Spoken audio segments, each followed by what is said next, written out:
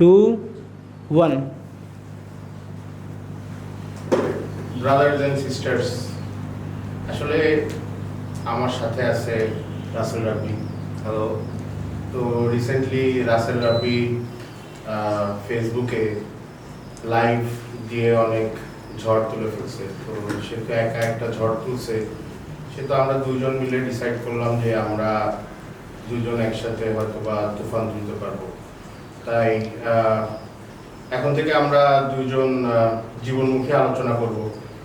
প্রত্যেক first decision হচ্ছে প্রত্যেক উইকে আমরা একটা উইকলি রিক্যাপ করব আশেপাশে যেসব ইভেন্ট বা যেসব হেডলাইন্স গুলো হয়েছে সেইগুলো নিয়ে আমাদের নিজেদের কি পয়েন্ট অফ ভিউ, আমরা আসলে জিনিসগুলো কিভাবে দেখি সেই নিয়ে কিছু জীবনমুখী আলোচনা। আর পরবর্তীতে আমরা আরো গভীর ডিপ রিসার্চে বিভিন্ন ধরনের টপিক নিয়ে আলোচনা করতে পারি, যেমন 2050 সালে ভালোবাসা কেমন হবে মানুষের, রাইট, বা 2050 সালে আসলে ভালোবাসা থাকবে নাকি এটাও জানি।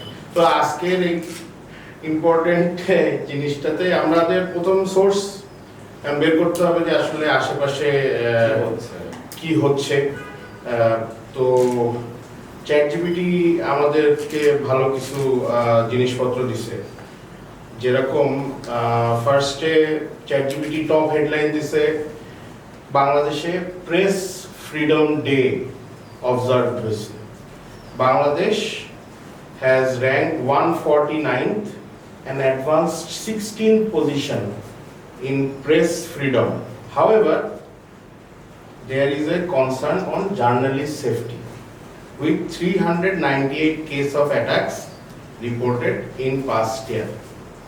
তো বাংলাদেশে আসলে প্রেস ফ্রিডম নিয়ে তোমার কি মতামত, যে আসলে কি প্রেসের ফ্রিডম আছে, বা আসলে প্রেস কিভাবে আসলে ওয়ার্কআউট করে?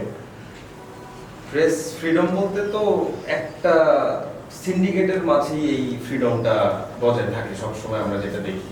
এটা একটা জেনারিক ভাবে, যেরকম ভাবে ধরেন যে সোসাইটিতেও মানুষ যেমন যে একটা জেনারিক পিপলের কাছে সব এক্সেস গুলো থাকে এবং দে আর এনজয়িং দেয়ার লাইফ। আচ্ছা, তেমন ভাবে যে জার্নালিস্ট যে একটা সোসাইটি আছে, সো জার্নালিস্ট সোসাইটিদের ভিতরে এদের এখানে কিছু মানুষ থাকে এলিট জার্নালিস্ট। সো এলিট জার্নালিস্টরা হলো গিয়ে দে আর লিভিং দেয়ার লাইফ। আচ্ছা, বাট এছাড়া মোটামুটি যারা মনে করেন যে রুট লেভেলের জার্নালিস্ট আছে, এদের আসলে কোনো ফ্রিডম বা এটা বলে আমার কাছে মনে হয় না কিছু আছে। কারণ এরা আসলে মনে করো ঝিনেদা কালীগঞ্জে একটা জার্নালিস্ট আছে, তার অবশ্যই হ্যাঁ, তো তার তো এই ফ্রিডমটা নাই, তার তো অবশ্যই উপরের একটা প্রেশারের ভেতরেই থাকতে হয়। সো ওটা আমার মনে হয় না যে বাংলাদেশের জার্নালিস্টদের কাছে আছে। বাট আমি যেটা বলবো যে লাস্ট 16 ইয়ার্স যে একটা রিভিউ ছিল, ওইখানে যে 16 যে স্টেপ বাংলাদেশ এখন আগাইছে সামনে, সো এই 16 স্টেপটা আগাইছে যে 16 ইয়ার্সে যেটা যেটা আসলে মানে হাত বাঁধা ছিল বলতে গেলে, তো ওইটা অ্যাটলিস্ট মোটামুটি আমার কাছে মনে হয় যে একটু নিউট্রাল হইছে, যার কারণে 16 পজিশন আগাইছে এবং কিছু ও আচ্ছা, 16 বছরের জন্য 16 পজিশন আগাইছে। That makes sense, that makes sense. আমার কাছে যেটা মনে হয় যে আমার কাছে খুব ইন্টারেস্টিং যেটা লাগে যে এই মনে কর যে 16 বছরের লাস্টের দিকেও প্রত্যেকটা চ্যানেল যে পরিমাণ গুণগান করতো, হঠাৎ করে মনে কর যে দেখলাম কি প্রেস নতুন আবহাওয়া একদম জজবাত বদল দেয়া, ঠিক আছে, গান মান আবার মনে কর যে ডকুমেন্টারিও বানায় ফেলছে যে কিভাবে করে ওই সময় মানুষজনের এটার পার্ট ছিল, এটা আসলে কখনো ওই জায়গায় এটা নিয়ে হোপফুলি আমাদের এই যে ইয়েটা আমরা একটা এপেক্স পজিশনে যাইতে পারবো কোন একটা টাইমে এরকম ফ্রিডম অফ স্পিচে। হ্যাঁ, আচ্ছা, এরপরে আরেকটা জিনিস নিয়ে কথা হয়েছে যে controversial remark scared debate.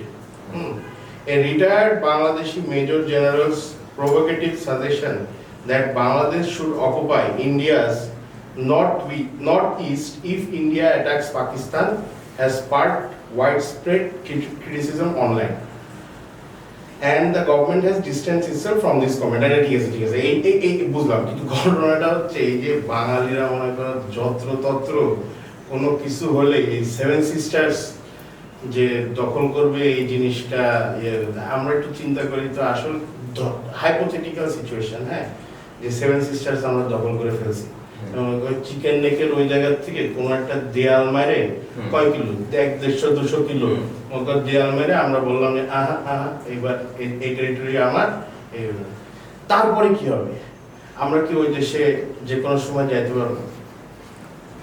আমরা ওই দেশে যে কোনো সময় যেতে পারবো কিনা হ্যাঁ। এটা পুরোপুরি ডিপেন্ড করতেছে তো মনে করেন যে ওদের সাথে আমাদের নেগোসিয়েশনটা কেমন হচ্ছে,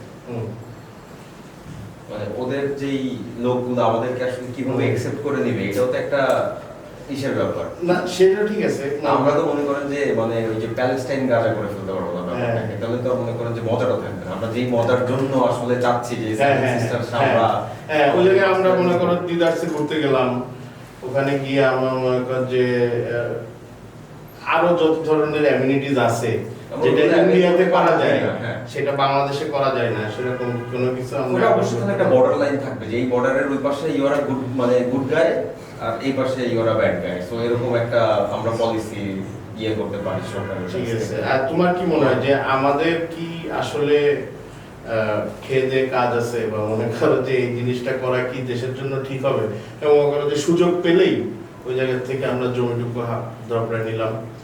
এটা যদি করি তাহলে তো ধরেন যে বাংলাদেশের উপরে একটা বাইরের একটা প্রেসার পড়বে একটা, মনে করেন একটা যারা ডেভেলপড কান্ট্রি আছে তারা তো অবশ্যই একটা প্রেসার দিবে বাংলাদেশকে। এছাড়াও তো ইন্ডিয়ার যে মিলিটারি পাওয়ার আছে এটাও তো কম না, আর ওরাও তো দেখছেন যে জাতি হিসাবে কেমন মানে উর্বর এবং বর্বর। ঠিক আছে। কিন্তু এই যে লোকজন এই ধরনের কথা বলে যারা, তাদের আসলে মেন্টাল স্টেটটা কেমন, মানে তারা আসলে কি কি খায়? তারা আসলে সবসময় যে একটা ভায়োলেশনের ভেতরে থাকতে চায় ভাই, সবসময় হ্যাঁ তাদের চাই সবসময় একটা তো এটা করা যাবে না আসলে। এটা করা যাবে না, এই টেন্ডেন্সিটা সব ক্ষেত্রেই মানুষের একটু কম থাকা উচিত ভাই। আচ্ছা আচ্ছা, এইটাই তো আচ্ছা, এরপরে একটা নিউজ আসছে যে weather and environment, Bangladesh is grappling with severe heat wave leading to decrease productivity in health concerns. মানে আসলে আগামী কয়েকদিন খুব গরম থাকবে দেশে, তো এই যে ব্যাপক গরম নিয়ে এটা বাঙালি হিসাবে আমাদের আসলে এটা নিয়ে যে অ্যাওয়ারনেস চালাইছে, এটা নিয়ে মনে করেন সব সরকারি অ্যাওয়ারনেস চালাইছে, এটা একটা মনে করেন কমন প্রবলেম, এটা কোনো পলিটিক্যাল প্রবলেম না। সো বাঙালি এটা কখনো এতদিন ধরে বোঝে নাই, সো এটা হয়তো বুঝবেও না। দ্য মানে best thing or the good মানে advice what we can give is মানে stay hydrated all the time. এছাড়া তো মনে হয় না যে আমাদের যে প্লাস্টিক তোমরা ইউজ কমায় দাও বা গ্রিন হাউস যে ইফেক্ট হইতেছে এগুলা তোমরা একটা খেয়াল রাখো, এগুলা অল বুলশিটস ভাই, এগুলা বাঙালি মাথায় নেবে না। আসলে আমার কাছে মনে হয় সবথেকে ভালো সাজেশন এই ক্ষেত্রে যে স্টে হাইড্রেটেড এইটাই। না, আসলে গরমের মধ্যে আমরা যেটা করতে পারি যে আমরা আসলে হাইড্রেটেড থাকতে পারি, আর অতিরিক্ত দৌড়াদৌড়ি না করা ভালো সেই। আচ্ছা, এরপরে একটা এন্টারটেনমেন্ট স্পটলাইট আসছে, এটা একটা আমার কাছে মনে হচ্ছে যে এটা ডিসকাস করার মতো জিনিস, যে Borbad breaks box office record. Shakib Khan's latest film Borbad, released on March 31, 2025, has become a commercial success. Despite initial censorship delays, the film grossed approximately 75 crore, 75 কোটি টাকা বাংলাদেশের মার্কেটে। কেন হিউজ অ্যাচিভমেন্ট এটা। ভাগ করত 75 কোটি টাকা যদি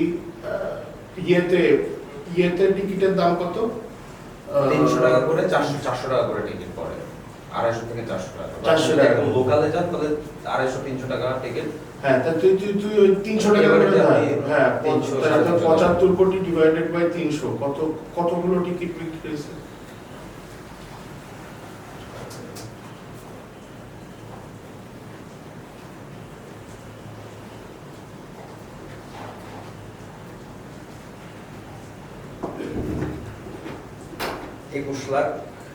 একুশ লাখ 21 লাখের মতো 21 লাখ মানুষ একটা সিনেমা দেখছে।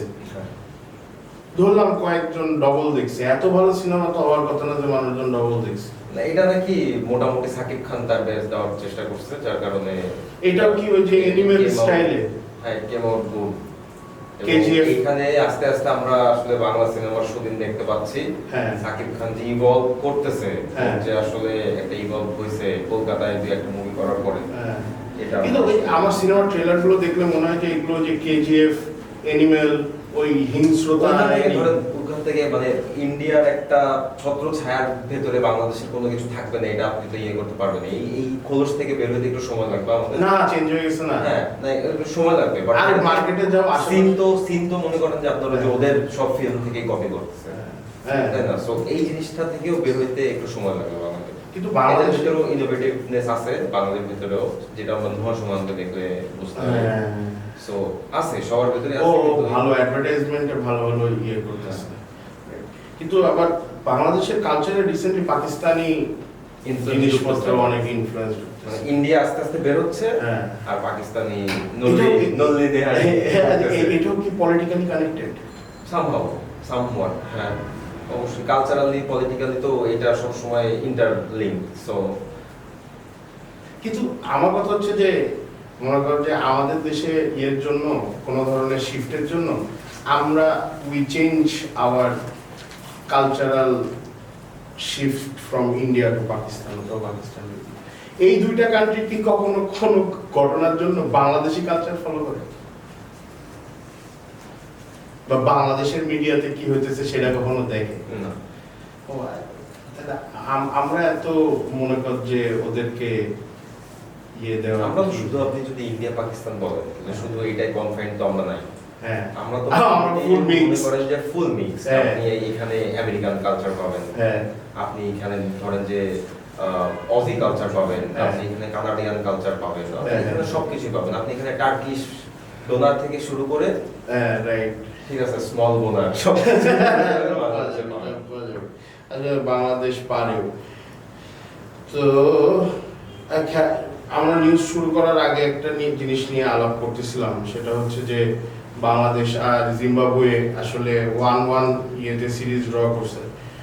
রাসেল রাব্বি কে আমি কনটেক্সট দিচ্ছিলাম আসলে কিভাবে করে আমরা এই বিষয়ে কথা বলবো, বাট রাসেল রাব্বি যেহেতু ক্রিকেট খেলা নিয়ে এতটা ইন্টারেস্টেড বা বদার্ড না, সেহেতু এখানে আমি একদম সোলো আমার একটা ওপিনিয়ন দিয়ে দিচ্ছি যে আসলে বাংলাদেশ কোন দিকে ক্রিকেটে যাচ্ছে, এটা অ্যাজ এ ফ্যান আমার কাছে এটা সব থেকে বড় রিফ্লেকশন হচ্ছে দুটো টেস্ট কবে শুরু হয়েছে আর কবে শেষ হয়েছে এটা আমি ঠিক জানি না।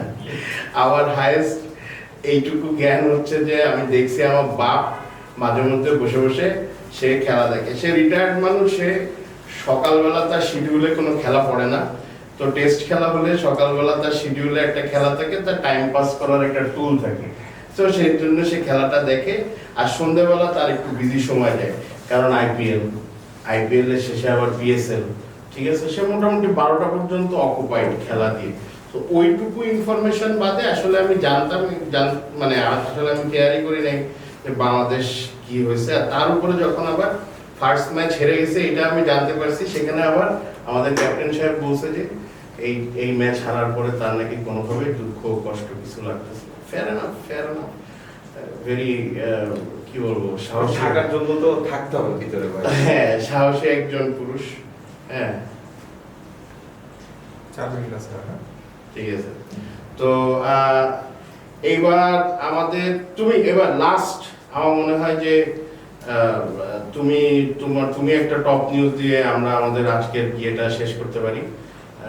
সো তুমি কোনো টপিক নিয়ে আলোচনা করতে চাও বা কিছু বলতে আমি চাও? আসলে যে টপিকটা নিয়ে বলতে চাই সেটা একদম খুবই রিসেন্ট, এই যে মে ডে গেল, হ্যাঁ শ্রমিক দিবস।